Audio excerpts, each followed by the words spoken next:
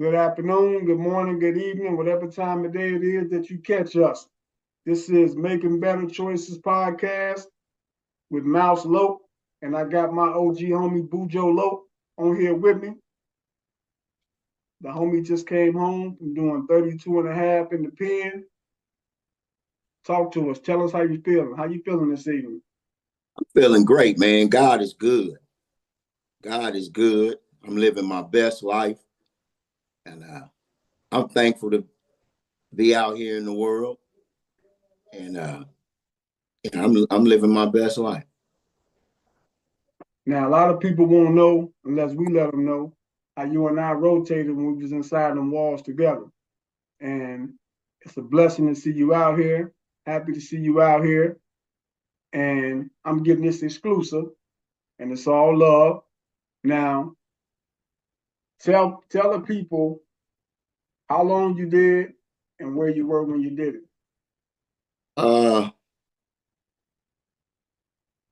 Unfortunately, I served 32 years and 1 month in the Kansas Department of Corrections. And here in Kansas. Now, tell the people where you're from, though. I'm originally born and raised in Los Angeles, California, the West Side. West Side. Yeah, the West Side. Yeah. All right. So went to Crenshaw High School, LaSalle Elementary School, Harshman Junior High School, Crenshaw High School, George Washington High School. You know, I'm from the land. So you want to tell us why you went to more than one high school? Gangbanging. That's sums it up. Understood. Yeah. So how old were you when you transitioned to Kansas? I think I was 19. 19? 19. And at what age did you get caught up in Kansas? About turned 21 in the county jail.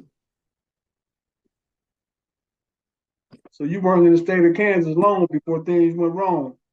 Get the little homie up out of here. What'd you say now? I said, so you weren't in Kansas long before things went wrong. Oh yeah. Wasn't long. Wasn't long at all. So 32 years is a long time to spend in prison. A very long time. So you've actually spent more time in prison than you have with your freedom. Exactly. That's the hard truth.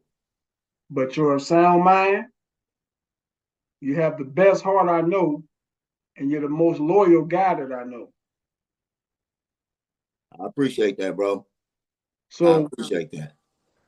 Tell the people what loyalty means to you. Loyalty is everything. It's the foundation. It's, to me, love is cool, but loyalty. You know, you standing by my side even when you pissed off at me. Even, you know what I'm saying? That's what love is cool.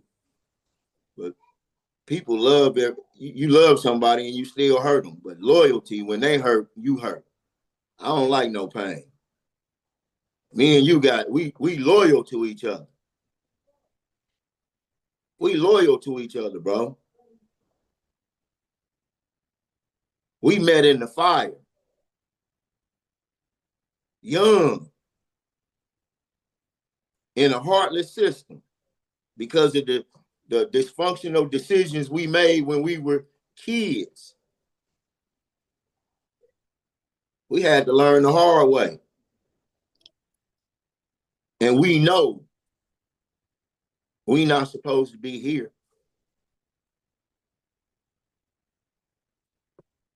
Right. But we here. And I'll elaborate a little bit for those who don't know. When you tell them that we met in the fire, yeah, we met when we was in the pen, and we locked in as homies, we the cellmates. You had my back, I had your back, and that's how we rotated. To them And that don't know. and we was connected. You know what I'm saying?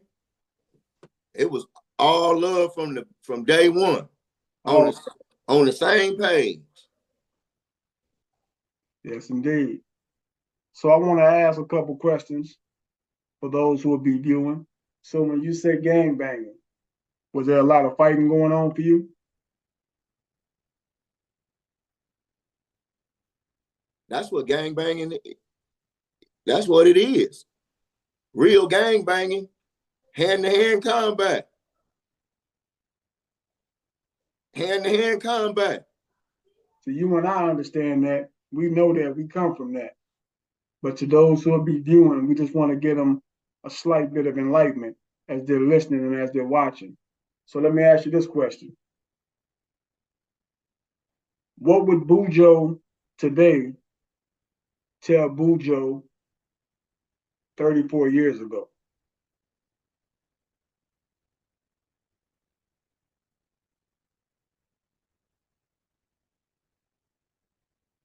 BooJoe today. First of all, in order to approach the young BooJoe, you couldn't be on no BS. I remember that. You couldn't be on no BS. I remember that. I vouch for that. You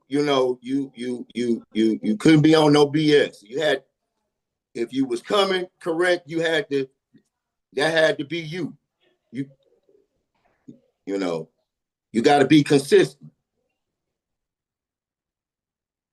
And if somebody, what I would say, I would be consistent, and I would talk to young BooJoe. I wouldn't tell him what to do. I'm just gonna talk to him about the consequences and the repercussions that can possibly happen if you continue down this road.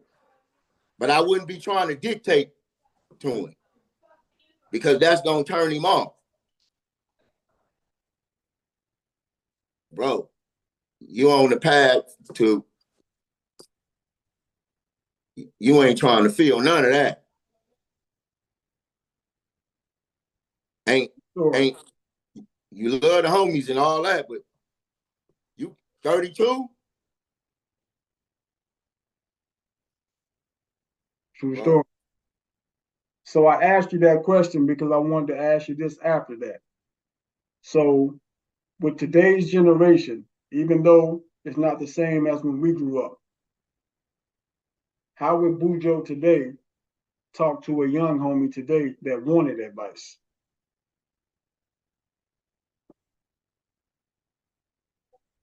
First of all, I'm gonna let him know, hey homie, it's all love.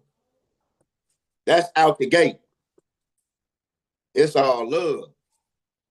I'm coming from a place of love. I ain't trying to dictate nothing. You know it's ugly out there, because you out there.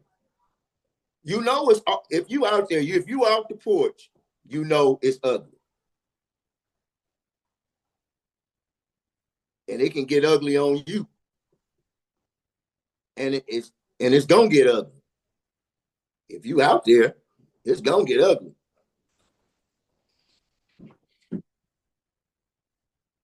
You ain't trying to feel none of that. Find yourself behind them walls, then you will have this perspective. My perspective is from coming from behind the walls, where I done had a long time to analyze. Hell no. So a young homie that wants to bang today, but with the knowledge and the wisdom that you have from being able to see it's not in a person, you see it's not in him. What's your advice to him when he wants to get put on? Ooh, I love my homies. And I suppose this little homie that I will be talking to love his homies. I ain't about to tell him, man, you gotta stop fucking with your homies. I'll be out of order. Them is your homies. You love them. They love you. Yeah, ain't nothing wrong with that. But if you out here running them streets, better know it's gonna get ugly. End up behind the walls, it's gonna continue to get ugly.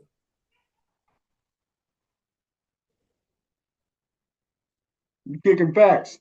So let's say this: enlighten the people on what life is like behind the walls. Ooh.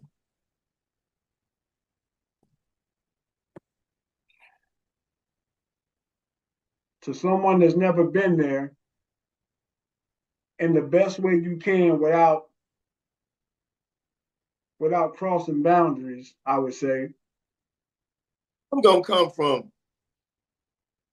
just gonna talk about the psychological and the emotional effects of being locked up. I ain't even gonna talk about the yard. I'm gonna talk about the part that don't nobody talk about. Man, you've been locked up 15, 20 years and you missing your family. You missing your family.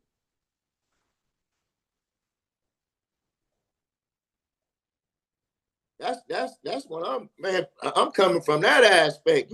All the rah-rah, okay, yeah, okay, whatever. People that you love and care about then passed away and you locked up insane in a supermax facility. People that you love the most, that breathe life into you, that taught you how to be a man, that taught you how to stand on whatever. They gone. You can't even be there for them.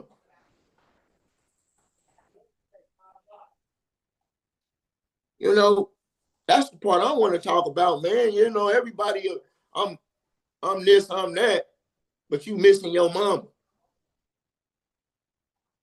You missing your mama. Your kids, okay. Go ahead. Cook. Go ahead and cook. Cook. You raising your kids in the visitation room.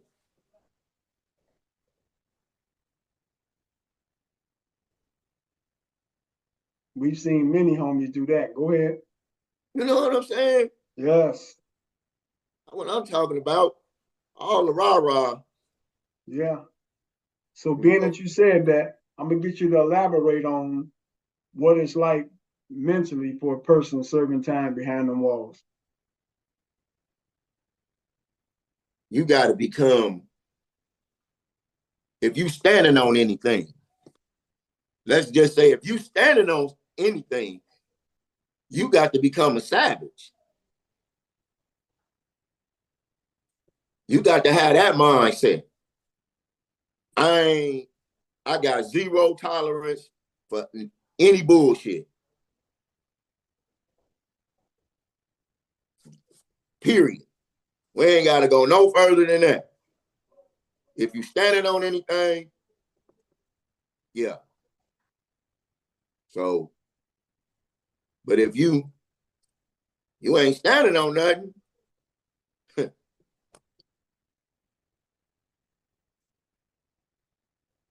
nah, I can't even fathom not standing on nothing. Because you're a rider, it's in you. And you got that respect, you earn that respect. Another thing I want to say, when you say mentally how devastating, how crippling, and how hard it can be for someone behind them walls, now let's break down the psychological effect. You know, what it does to a guy's psyche in there. Because we've seen some guys lose their mind. We've seen some stand-up dudes crumble during time. Talk to me a little bit about that. Prison is designed to crush our spirit. And it does just that. it psychologically it takes a lot out of you, especially when you have a sentence where you don't have no out day. I didn't have an out day. I didn't have an out day. You care to tell the people what your sentence was? Life plus a 5 to 20 years. I knew that, but I wanted the people out there listening to get a better gist on what you were saying. Go ahead. Oh, it's public record. Right. Right, you know. Yeah. We're not gonna talk about nothing that's not public record. Nothing. Nothing. Yeah. And I like how when you said there's homies raising their children in the visiting room, because I don't think the viewers out there think about this until they're in that situation. You Yeah. have kids out here in this world that you can be loving on, raising and teaching to make better choices than you did.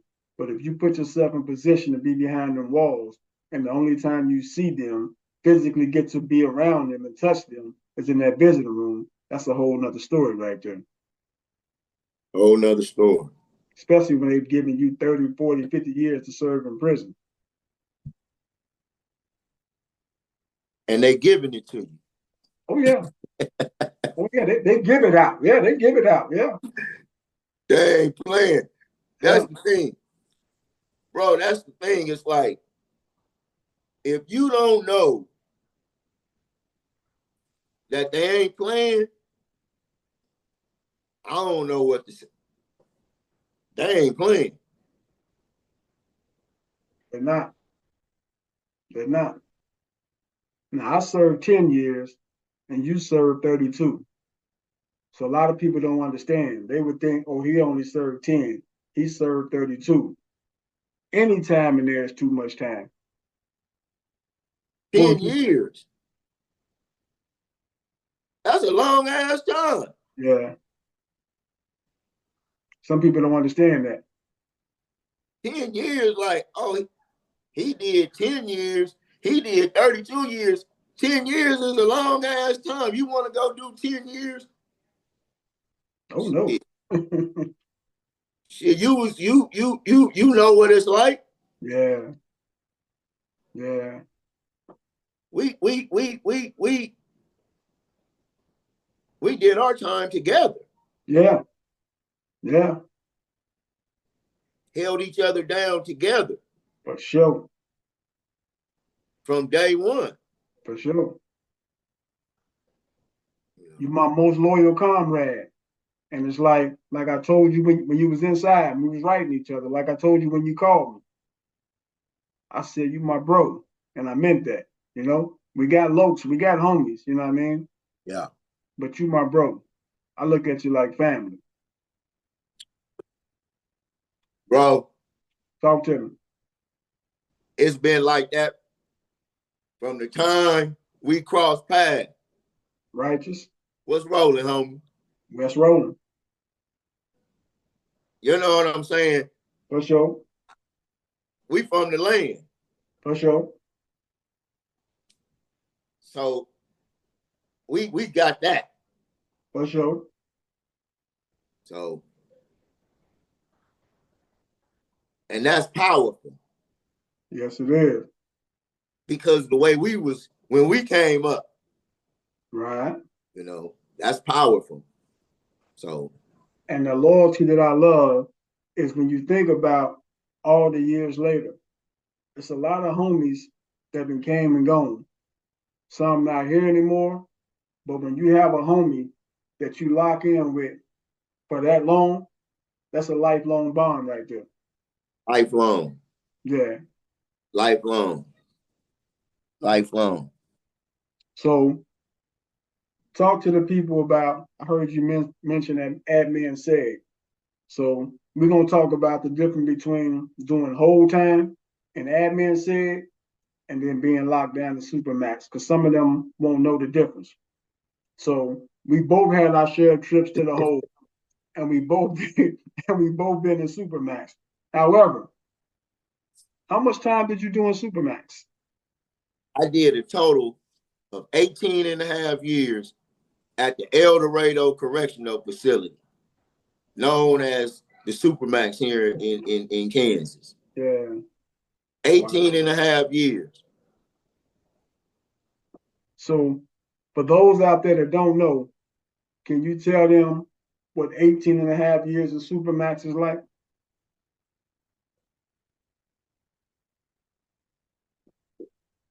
When I first started going to the Supermax, I was young. We already know if you didn't, I've served more time in prison than I have in the world. So when I went to prison, I was young. Right. And turned up. Yeah, you were. Turned all the way up to the max. You were. I ain't gonna sit here and act like I wasn't, but it's about you right now. Go ahead. So my mindset was, as well as yours, I tried to get on out of there. as well as yours, like, come on, El Dorado, we ain't scared of that. So that was my mindset. Okay, I'm getting ready to gangbang. I'm not gonna stop. I got a life sentence. That's at the forefront of my mind. All decisions is behind the walls is to me in my mind. I got a life sentence. I ain't going.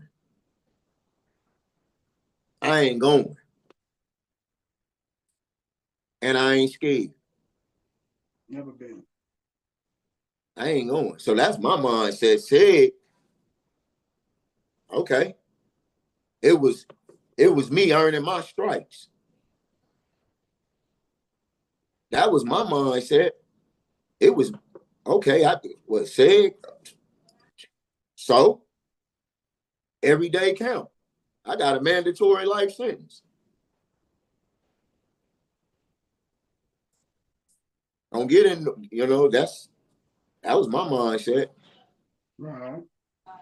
You know. So once again, a youngster that's out here, as they call it, crashing out today. If you are to have a sit down with a group of youngsters that's on this crash out dummy missions with no objective for doing so, what's your advice to them? You gonna crash the fuck out.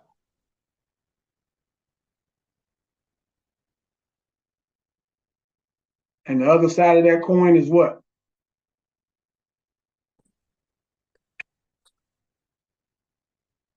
And what's the other side of that coin?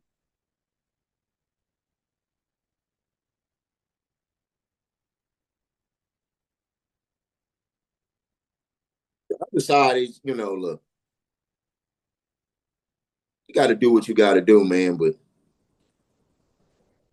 throwing sticks and stones at the penitentiary, to me, that ain't the way to do it.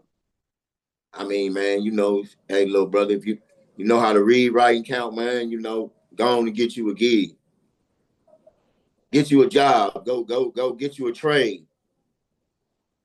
Because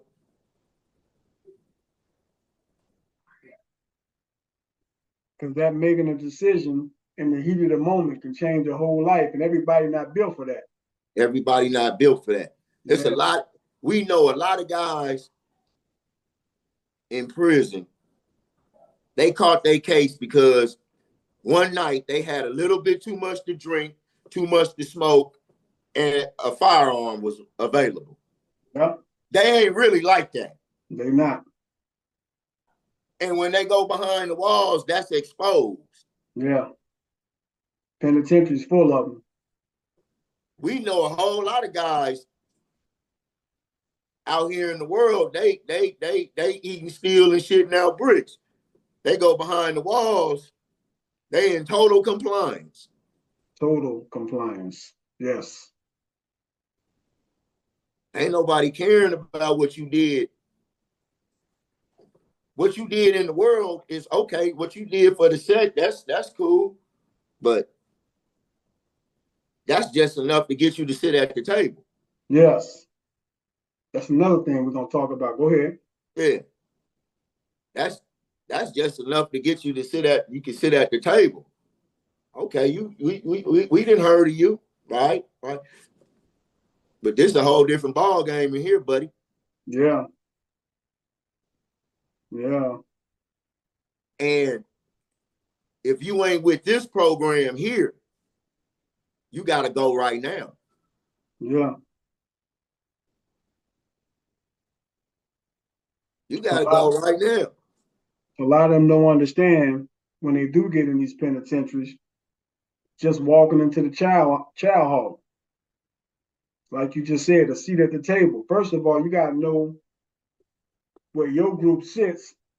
And like you said, you have to be welcome at the table. Elaborate on that. Now, you remember, we had the tables. And we get very upset if somebody that's not a part of our circle sitting at our table. Yeah. Now we know, looking back now, that's not our table. True. But in this penitentiary mentality, that's our table. Yeah. You can't sit here, period. I don't Yeah. care what the police say. Yeah. I don't care what the police say. You can't sit at this table. Right.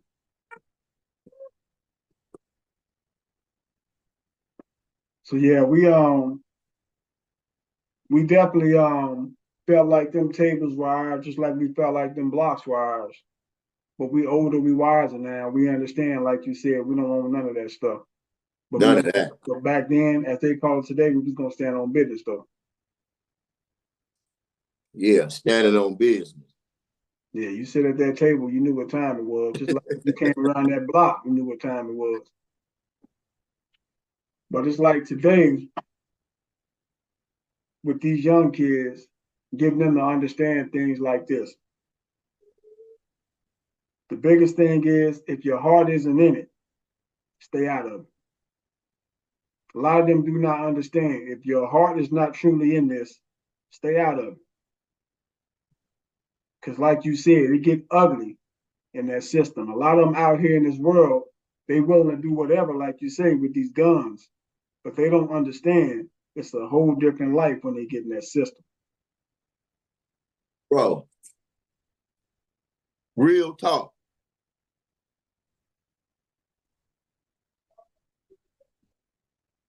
You a basketball star, a homie. Come on, man. NBA, if not for that them decisions. Yeah. You know what I'm saying, bro? Yeah.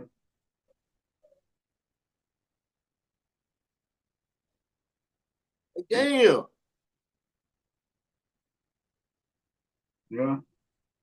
When we was gelling together and we used to kick it, bro, you never talked about breaking no laws or doing nothing negative when you got out of the penitentiary. Your mindset was you going out here to live a good life and do it the right way. That's why I always loved you. Like, I ain't never you ain't never been one to sit down and be negative and boo-hoo and this man, hey homie, let's do this. Yeah. Whatever, on whatever level. Yeah. We just gonna be smart. Yeah. We gonna be smart. Calm down. You know. Didn't mean Go ahead. Big V, we on the podcast, OG. Mouse, what's happening, baby? What's up, cuz? Come on in. Come on in. Huh? You don't even remember me. Let me see. Let me see you. Oh, what's the hell? Yeah, I remember you. What's up, cuz? How you doing, bro? I'm doing good. How you doing? Man, out here living. Just living, bro. Like you should be. That shit. I just want to say what's happening to you. Hey, Move around. you know it's all love, man. See me anytime. Yes, sir. Yes, sir. For sure. Hey, I'm out of here, man. Hey, I love you. Yes, indeed. Making better choices. That's what it's all about. Life after prison. Yeah. Woo. Yeah. You know, got to surround yourself with people that love you. Facts right there. Speak that truth. That's loyal to you. That's have shown that to you. It's not just a one-off. No, it's been consistent. Yes. You know. Now I know about gangbanging, repping the set, the long stint in prison, but that is what I want to get to. So far, you've been home since May of last year, correct? May 17th, so 2024. So life after prison, after doing 32 years and 1 month in prison, what has life after prison shown you? First of all, before prison, after prison, God is good. Amen. You know, I'm not a religious person. I'm a spiritual person.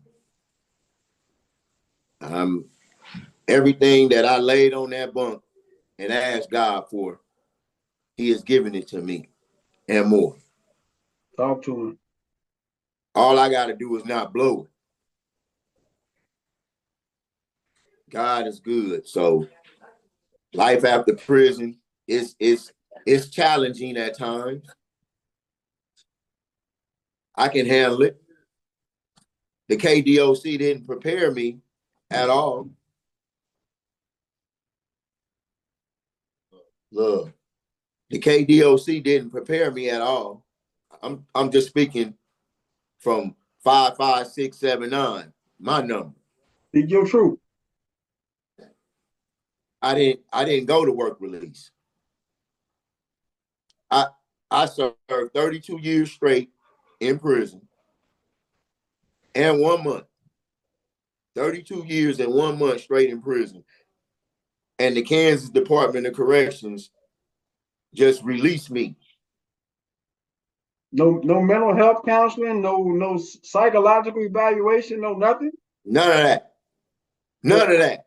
They've allowed you to serve 32 years and 1 month in prison and did not give you any mental health counseling, no psychological evaluation, no nothing. To answer your question, no, they didn't do any of that. And they sent me out of state. Oh yeah, let's talk about that. So they came and got you early in the morning? No, they transferred me. Yeah, they came and got me early in the morning and took me from Kansas to Illinois. Right. I served 7 years in the Illinois Department of Corrections because on the interstate compact from Kansas. But they didn't want you back in population in Kansas. They didn't want me in population here in Kansas. They said that I had too much influence. So they said that I was a threat to the security and control of any facility in the state of Kansas. Right.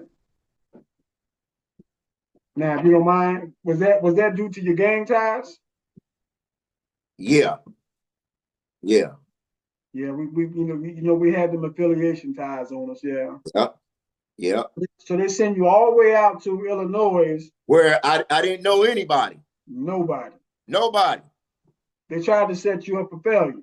Oh, absolutely. They didn't do it to help me. I don't believe that at all. But God is good.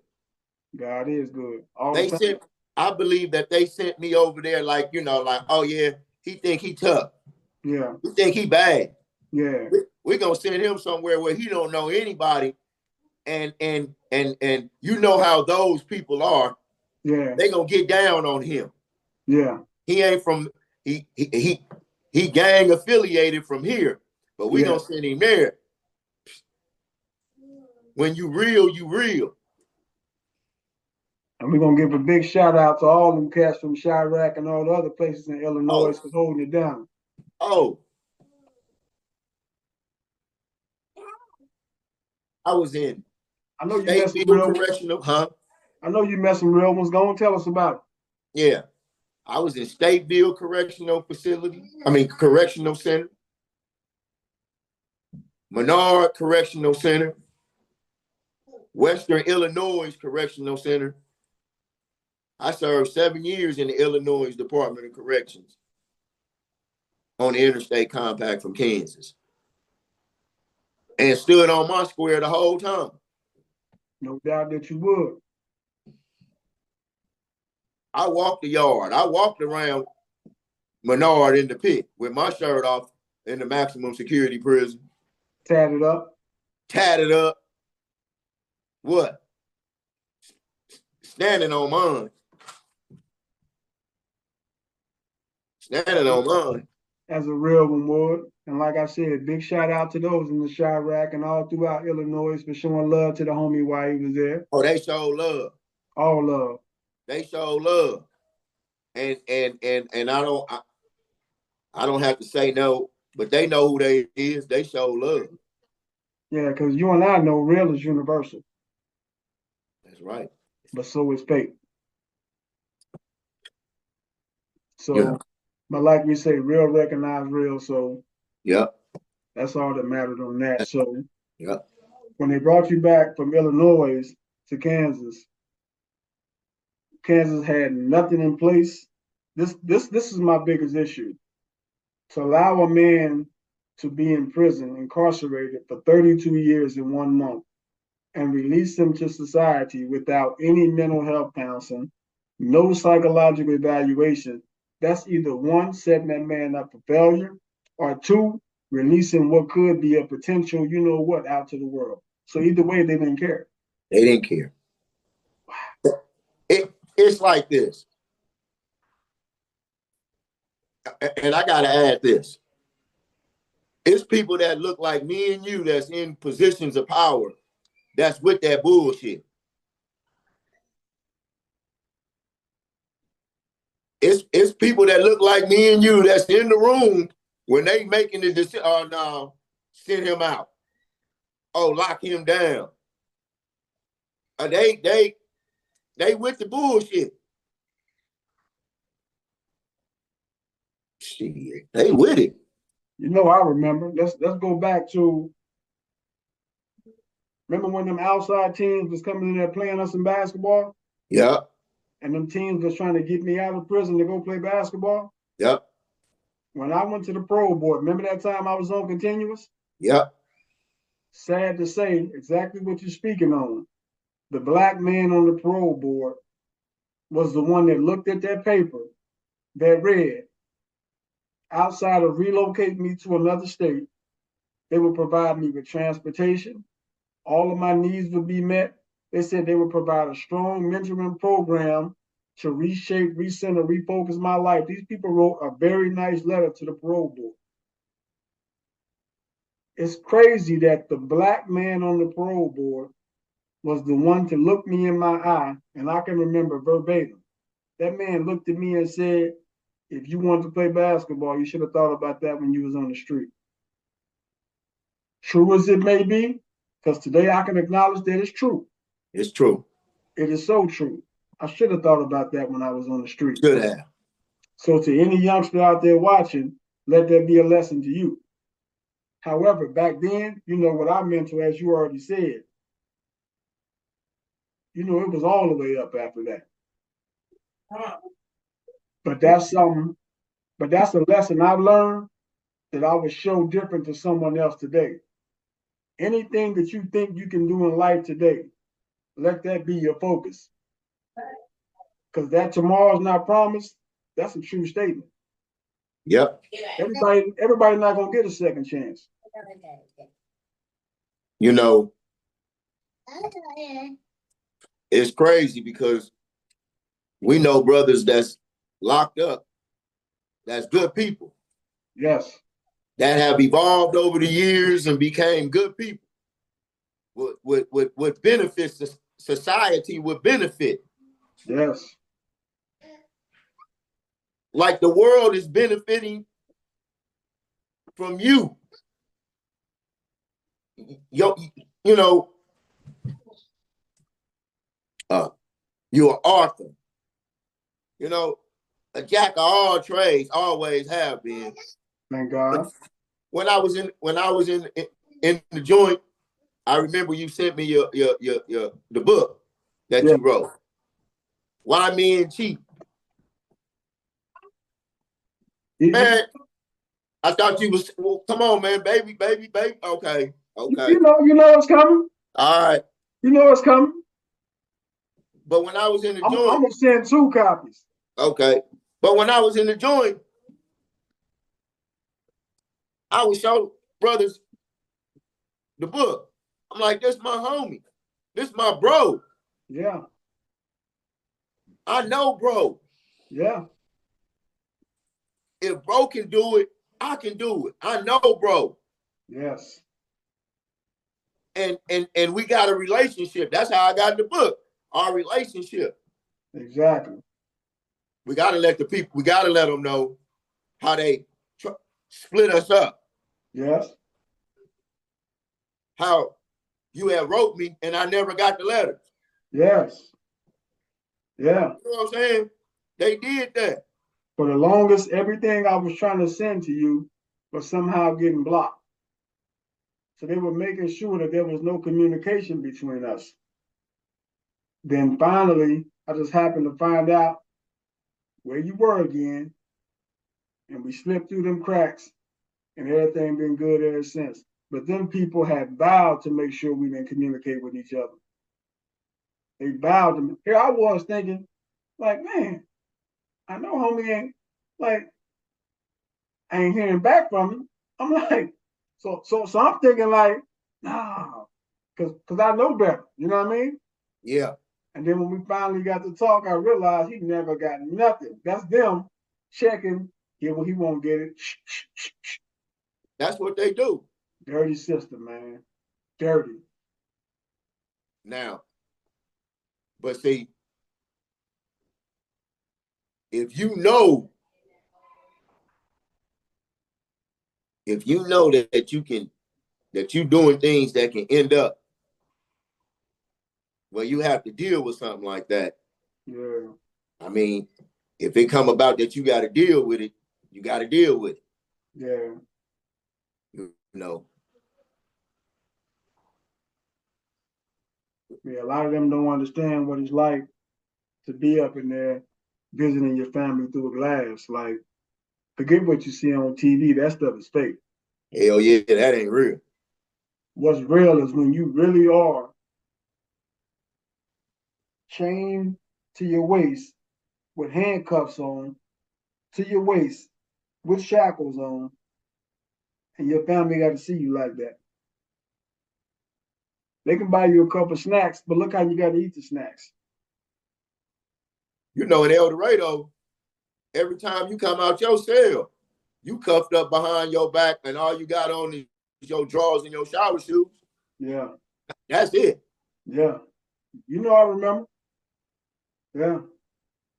And they got a leash around the handcuffs. Yeah.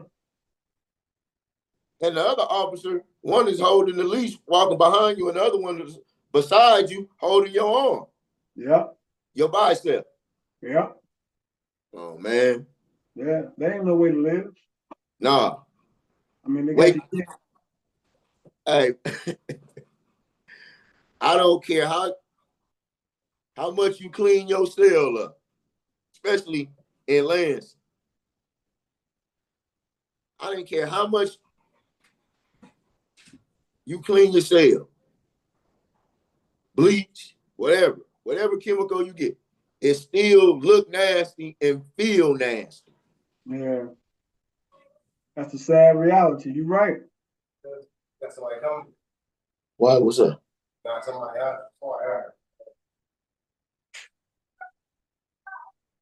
Good. Yep. Yeah. That's a sad reality right there. Sad reality. They ain't care about our living standards. They ain't care. They ain't care about your health. None of that. No, but we care. Yeah. We got on each other.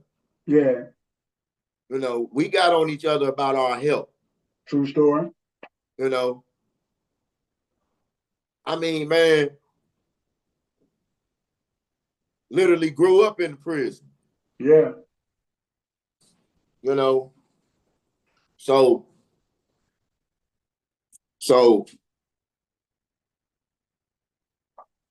when you serving 25 and 30-year sentences, you might be young one moment, the next moment you ain't young no more. Yeah. That time waits for no one. That time flies. Shit. Yeah, you look up and you used to be a young man, like you said. Now you're old head. Yeah. And when I was in Stateville, Right. this is a hard reality, bro. But I paid attention to this. I'm in a maximum security prison. And I lived in Delta House. And in the summertime, we were when we go to the North Yard, we'll walk past the healthcare. And the guys that's housed in healthcare will be out on the patio in their wheelchairs. It's hospice. Yeah. And a lot, and 90% of them were black men, older black men in wheelchairs, and I would walk by and I would look at them, and it's like I'm young and vibrant, going to the yard, getting ready to get some money. Right. Like, God, I don't want to be like that. Exactly. Bro, real talk, bro. When I walked by them brothers, I was like, I would say a prayer in my God, bless them brothers. But I don't want to grow old like that in the penitentiary. That's right. You got to also share with them. We had homeboys in there that didn't make it out. And make it out. Yeah, so guys who was young and thriving just like us, but unfortunately they didn't make it out. And some and some took themselves out. Yeah. Because it's ugly. Yeah. And like you say, everybody's not mentally strong enough to deal with what comes with them sentences. Bro, I watch the news and they be talking about what other countries is doing to their prisoners. And I'm like, yeah, they whooping their ass, but they do that here. Yeah, they do. I've been a victim. I'm not, excuse me, not no victim. I didn't have my ass whooped by correctional officers. I remember. I mean, I'm okay.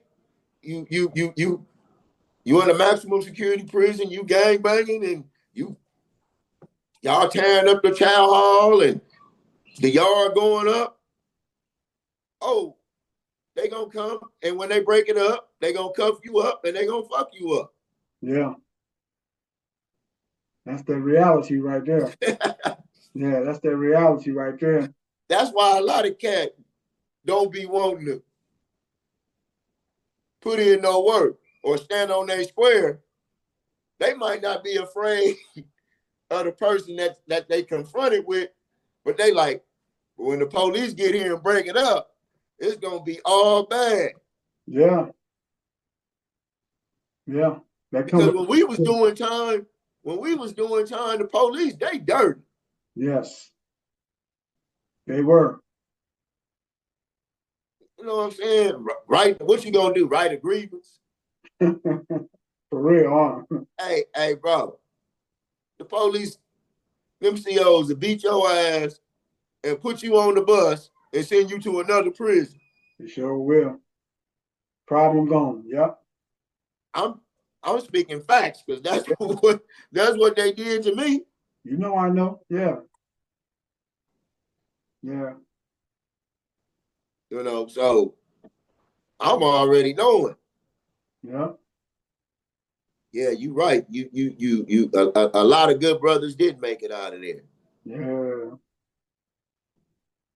So they But can hear stories of me doing 10, you doing 32, but it's guys who didn't make it out. So everybody going in is not gonna make it out. oh no. Yeah. And some cats went in with 2 and 3 years, Yes. end up getting 30, 40. Yes. Yes.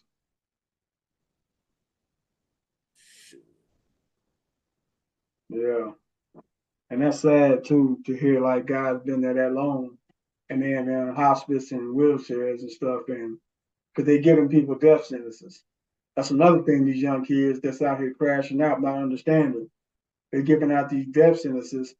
You killing somebody out here, and they're gonna sentence you to live the rest of your life in there till you die. They don't see that part. No, no. Hey, uh, they give you 55 years Yeah. at 100%. Okay, you 20 years. You 20 years old. And you get out. But you be what? 75? Yes. Okay. Hell no. But like we say, that's if they make it out.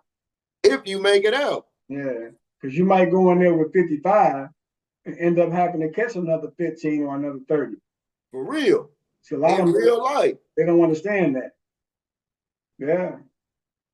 In real life. Them affiliations can get you another 15, 30 by what you're going to have to do when you get in there. So the same thing you did to get in there, difference is, you know me, I write music too. So like I used to say, when you shank someone, I don't think you got the heart to get up close and personal, play the part. Guns are left on the street. Rival fools got beef. So you gonna fuck fight or check your punk ass in PC. You know how it go. Yep. So all them guns left on the street. Now here, if you ain't got no squabbles, you better be down to get up close and personal with that steel. Remember what we call it, the Conan. If you ain't willing to do that Conan the Barbarian shit, okay. Because everybody behind the walls ain't prolific from the shoulders like you. Yeah. You know what I'm saying? Yeah. You know, everybody ain't prolific from the shoulders, and they know that. Yeah. They go get that penitentiary 4-4 for your ass. Yeah. Yeah. And so that's another message. Like I said, these young kids don't understand it. You crashing out here thinking prison is a trophy and you're gonna be celebrated. No, you're gonna have to play killer in there too. Hey. Yeah. We ain't gotta mention no names. We know. In our circle. Man, ain't nobody, cats ain't doing no fighting. What are you talking about? Exactly. It's on the level where we gotta get physical. We ain't about to be playing. Exactly. Ain't nobody going to El Dorado lockdown for no fist fight. Sure not. But you got to stand on that business, though. Believe that. Believe that. And that's why you and I have so much respect for each other still to this day. The love and loyalty has always been consistent. So we both always stood on that business. I knew when I met you, you was a rider. Because before we even communicated, I already saw you putting in work. Oh, man. I'm sitting in the chow hall and didn't see it at first. So one, it was too late to get in it. Two, it happened so fast. And I was like, I said, yeah, Claire get busy. I said, he get busy. And then, they was like, oh, you don't know? And they start telling me why you was in the hole. Oh, that's where he from? I said, that's the homie. That's the homie. And then what happened? We locked in, never looked back. Hey, I remember you had them black and white nights. Yeah. Hey, I seen you dunk. Them basketball rims behind the walls in Hutch was hella hard. Yeah. Yeah. I seen you punch it. Boom. Yeah. I'm like, damn. Yeah. Hey, the two by the handball court. Yeah. They had raised both of them to 12 feet. Yeah.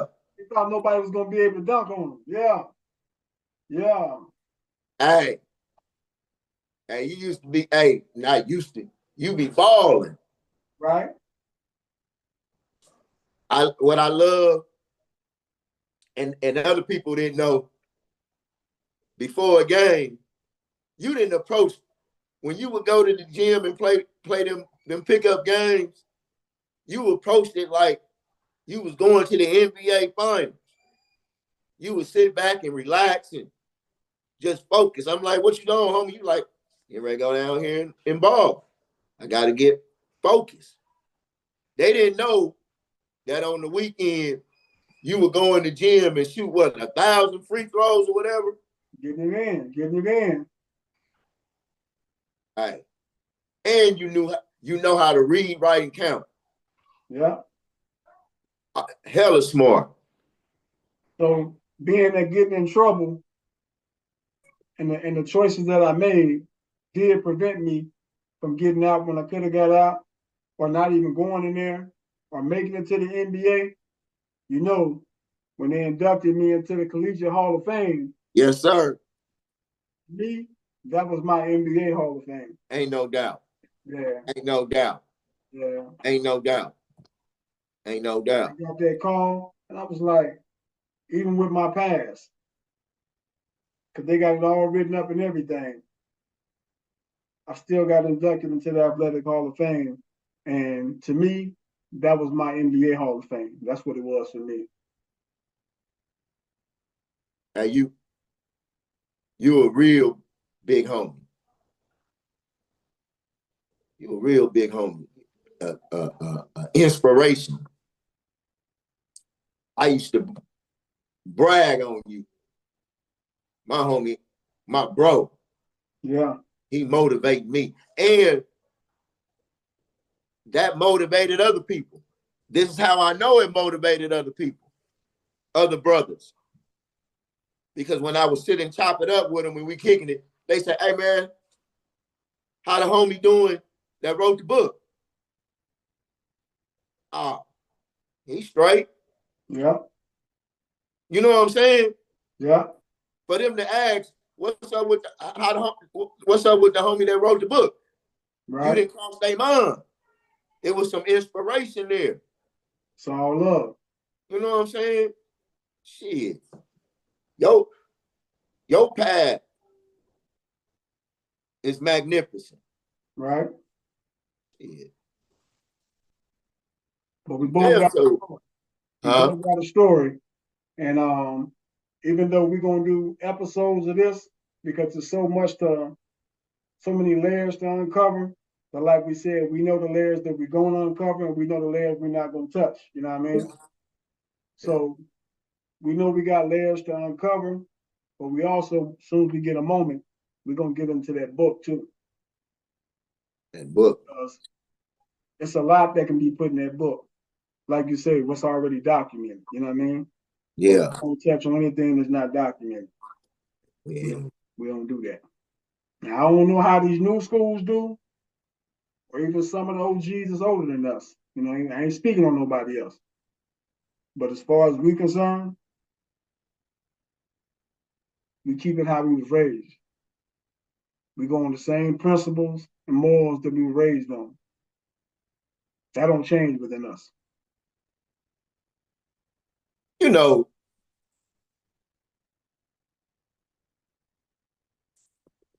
when and it sounds like an old man, but when we was coming up, yeah, it was dysfunction within. But we loved each other.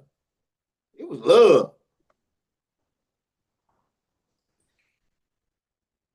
That's the, you know,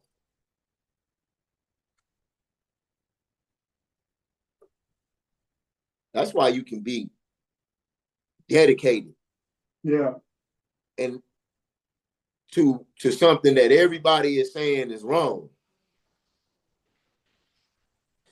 And that's why we have to be careful when we chop it up with youngsters yeah, and say, hey man, you shouldn't be doing this and you shouldn't be doing that.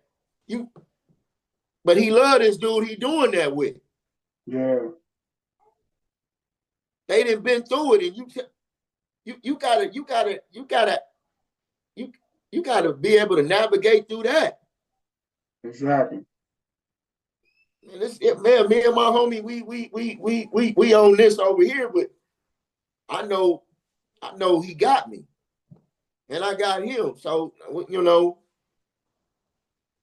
who is you to come tell me I can't fuck with him now? They'll turn up on you, man. I don't know you.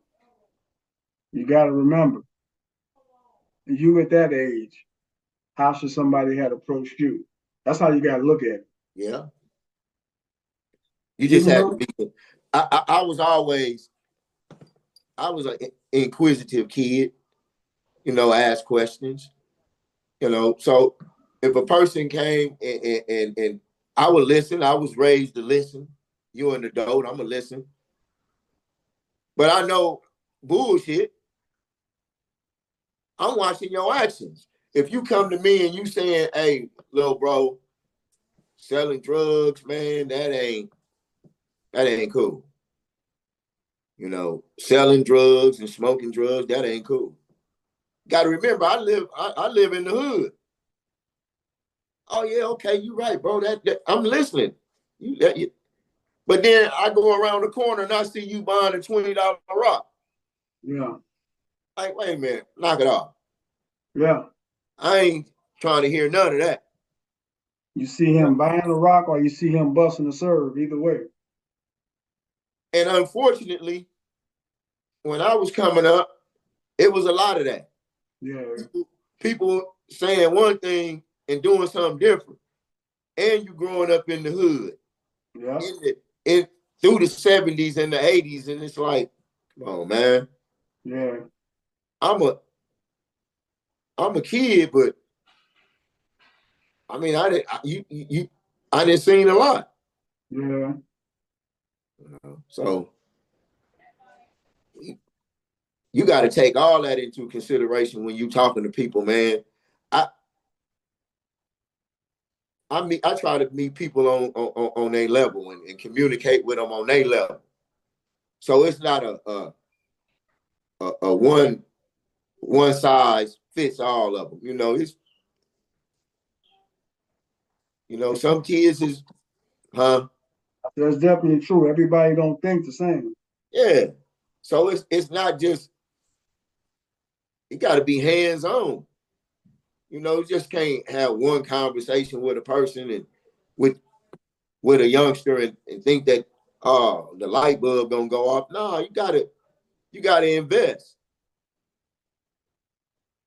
You know, this Everybody is don't same. Everybody don't understand the same. Go ahead. yeah. You know, I don't have nothing. I'm fresh out of the penitentiary, but this is just my way of investing. Hey, bro. Okay. You ain't listening to moms. I know you feel like moms can be a bug. Moms love you. She telling you, them cats down the street. You ain't trying to be down there. Moms know best.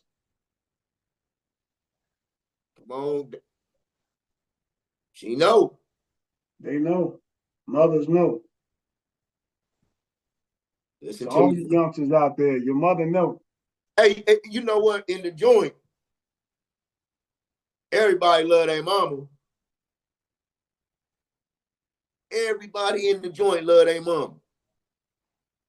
And 90% of the cats in the joint, I don't care what they what race they is or what clique they run with, will tell you. The majority of them will tell you, man, my mama told me. True story. Mom's told me that this wasn't the play. And that's something them youngsters need to know. Like you just said, real stand-up dudes inside the prison. Real stand-up dudes, solid dudes, love their mother. And one of their biggest regrets is not listening when she was telling them. It's cats in the joint. They love their mama so much that if they heard you saying something out of order to your mama, they'll have a problem with you. Oh yeah.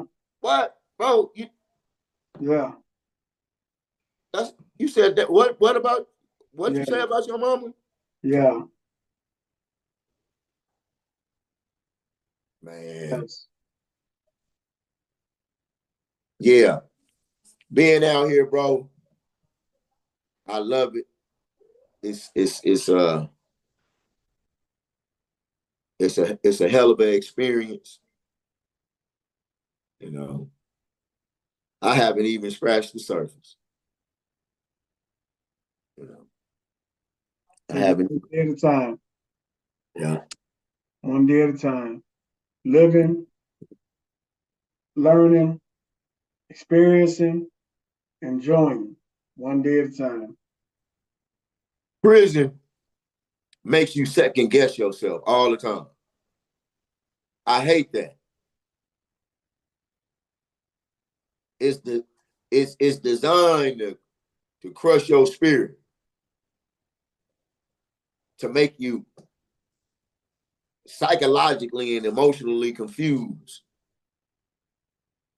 It's rehabilitation. That man, what? What is that? Yeah, we know that don't exist. Go ahead. You know,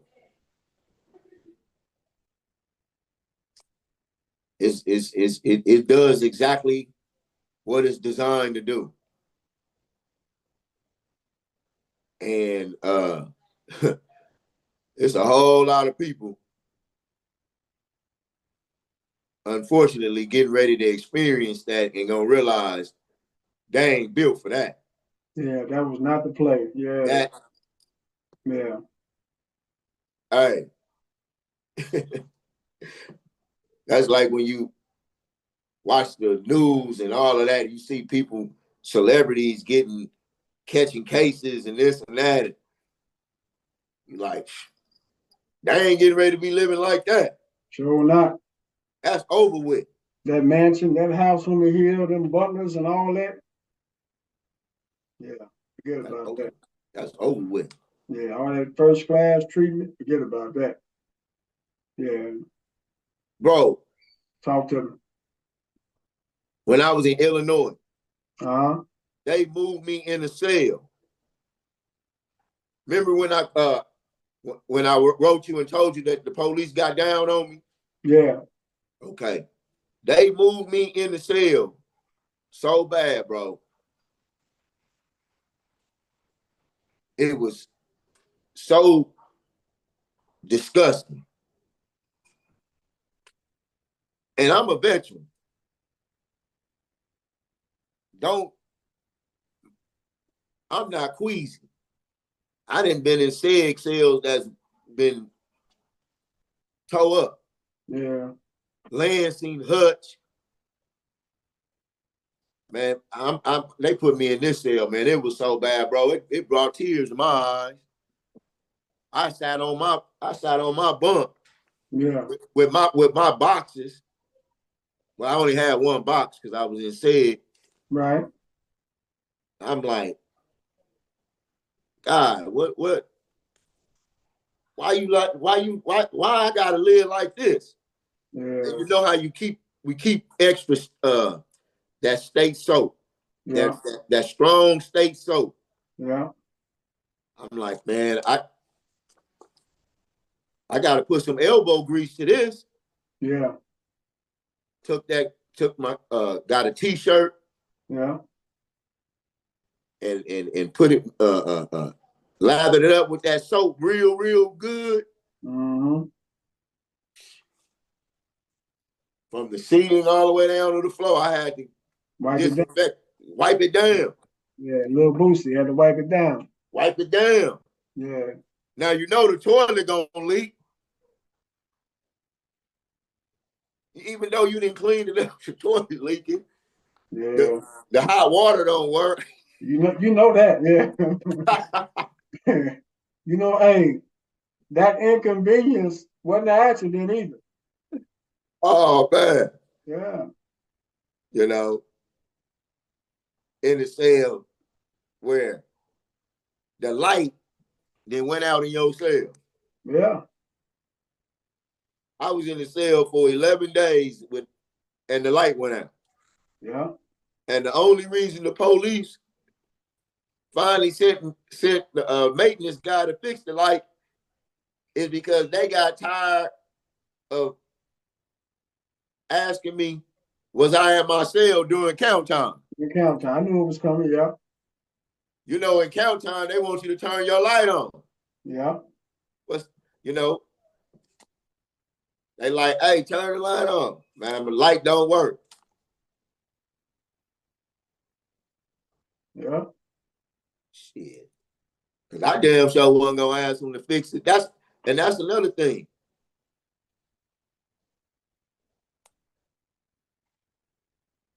Behind the walls, you doing your time the right way. You ain't going to be all socializing with the police. Sure don't. If you doing your time the right way. Right. And if you affiliated with any type of whatever, yeah. You're going to be doing your time the right way. You're not going to be socializing with the police. Right. Shit. You're right about that. You're right about that. But you just gave a perfect example of how that system is designed to mentally, emotionally, and psychologically break you. That's what it's designed to do. Come on. All outside.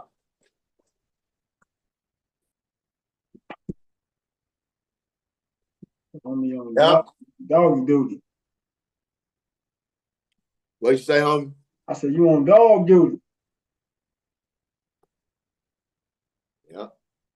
But ain't that a beautiful thing, though? I'm just Magnificent. saying, something as simple as that. Would you rather be cleaning from the ceiling to the floor or letting the dog out? Oh, I'm letting the dog out. I'm letting the dog out. Yeah. Yeah. I'm letting the dog out. But this is real life though. It took 32 years and 1 month to be able to. I mean, hey, it's a long road. Yeah. Definitely. Long road. Definitely. Ugly road. Oh yeah. Oh yeah. And that's what I want them young kids out here today to learn. before they gotta face that ugly road. I want them to see it now, understand it now. And we coming from the perspective, we know it's totally unnecessary. Yes, it is. Oh, hey, for real, look, you ain't really on that, so you ain't let it go, man. You ain't really on that, and it's not a bad thing that you're not really on that. Yeah, it's not. And what, man? You ain't with the turning up, okay? Ain't nothing, man. Ain't nothing wrong with be you. Because these same fools they're gonna turn up for gonna be the same ones not there for them when they're inside. It's another thing they don't understand. Them same fools you out here running with, clicking with, putting your life on the line for, gonna be the same ones that you don't hear from when you're serving that bid. They don't understand that part either. Hey, we all know people go through things. Yeah. Everybody had their own, hardships in life. Okay. But I'm looking at it from this perspective. You fuck with me, so you say. And I ain't hear from you for 32 years.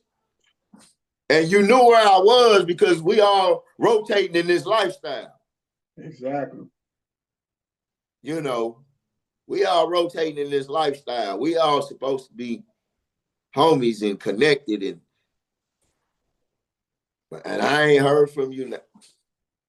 Exactly. But it's like that with family. So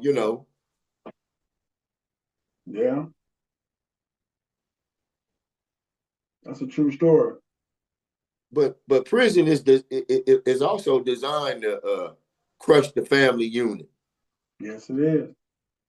Because even when your family do support you, to come visit you, the COs try to treat them like they got a number. Isolation and separation. Yeah. Yeah. So, especially the KDOC. Oh yeah. Oh yeah. Especially them. Oh yeah. I never understood this. They only will allow us in the KDOC to have 50 pictures. Yeah. But for me and you, our pictures were the evidence and the receipts that we got people out there that love us and care about us. So when we would get in our penitentiary mind state where it's like, man, I don't get no fuck, we would go to our photo album, looking at moms, looking at sis, nieces and nephews. You know what I'm saying? Reading article clippings about you balling in the joint. Yeah. But like, I know my photos I'm locked up, man. I'm ready to tear up something. I'm like, man, let me get my photo album out. Mm-hmm. I need more than 50 pictures. Yeah. To help keep me focused, but I got them. Yeah. Now this punk want to come shake my cell down and say, cause he butt hurt, cause he couldn't find no contraband or whatever he thought was in there. Mm-hmm. And he really scared, cause I'm on swole, I'm young. He know I will turn up. Yeah. So they want to pick at you. Yeah. Oh, you got too many pictures. You got to send some of them home. They always Man, find a reason. They always find a reason. Go ahead. But our mindset is, I ain't sending shit home. Them my pictures. Exactly. What you talking about? Exactly. Yeah. And you ain't finna take them. Right. Now what? Right.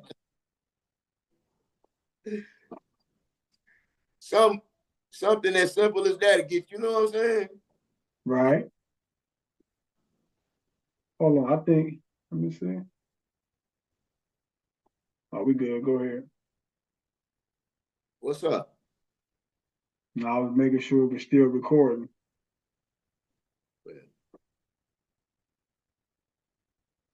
Well, we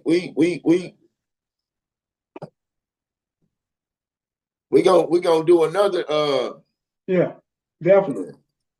Definitely. We're gonna turn this into a series okay. because there's a lot of layers to be uncovered. You know what I mean? So we're gonna turn it into a series. Well, check it out, man.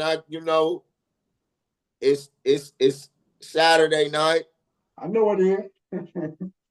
I'm getting ready to step outside like the young homie say. Right. Yeah. Be safe. Ain't no doubt. I ain't going no further than the porch. For sure. But I'm enjoying this summer evening. As you should. We're not behind the walls. We can enjoy ourselves. We got to exercise discipline and self-control. Yeah. You know? Yeah. I love you, bro.